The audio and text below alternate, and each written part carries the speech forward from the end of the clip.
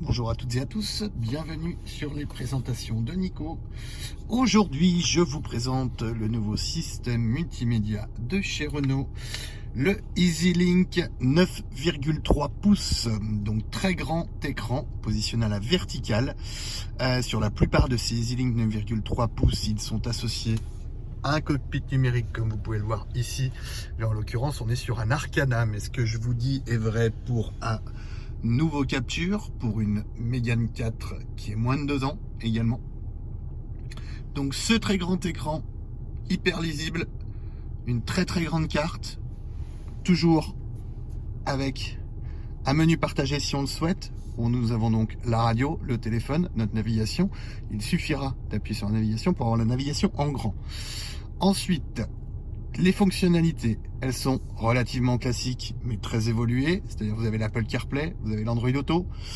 On retrouve également dedans donc le GPS connecté avec la cartographie Europe, le système de radio numérique, donc le DAB avec ici, tac, vous voyez, il faut que je me mette sur DAB pour avoir les radios numériques, à savoir un son CD.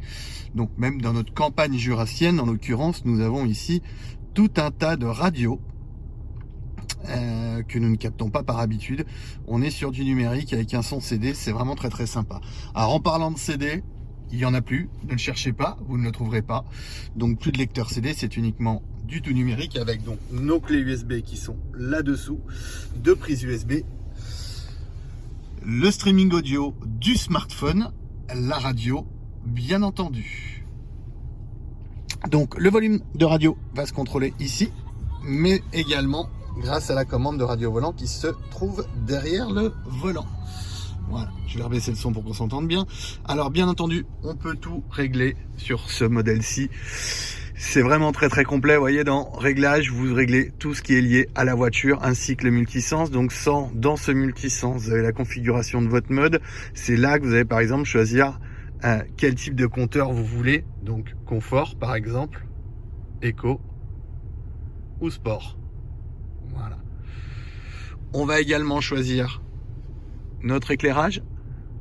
Voilà, les lumières d'ambiance. Donc là en l'occurrence sont rouges.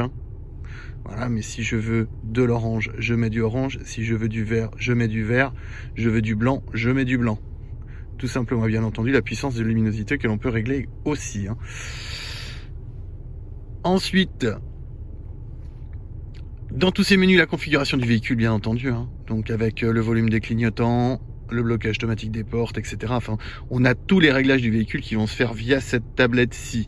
Les réglages système sur le côté droit, donc notamment par exemple la langue, les différents sons, les écrans, c'est ici que vous allez pouvoir choisir la luminosité, et également le style. Voilà, puisque vous pouvez personnaliser le style avec éventuellement des photos, si vous le souhaitez. On revient en arrière, toujours avec la petite flèche qui est ici. On a toujours des raccourcis. Vous voyez, je retourne à ma navigation ici, je retourne à ma radio par là. Voilà, c'est plutôt très bien fait.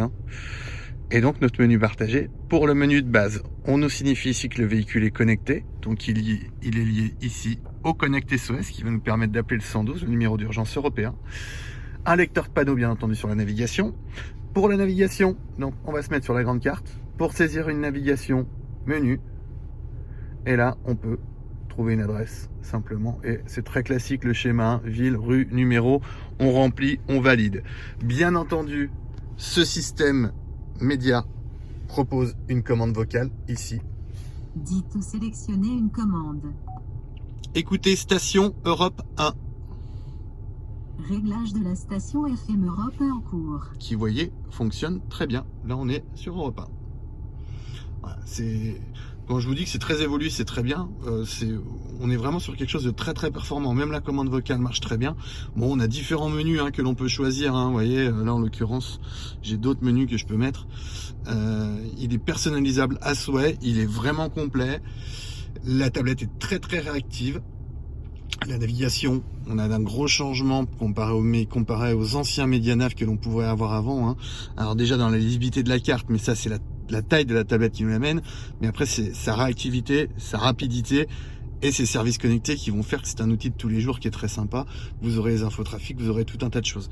Donc ça c'est vraiment très bien. Donc ce système multimédia, en l'occurrence on le retrouve ici sur un Kadjar, mais c'est un système multimédia que vous allez pouvoir retrouver également donc sur le Capture 2 lorsqu'il a l'option 9,3 pouces et le grand écran 10 pouces. Sur les Mégane 4, donc les Mégane 4 récentes, avec donc la possibilité d'avoir ce grand écran numérique où on va avoir la nouvelle donnée de navigation ici, donc la donnée EasyLink et non plus Airlink ou Airlink 2. Voilà.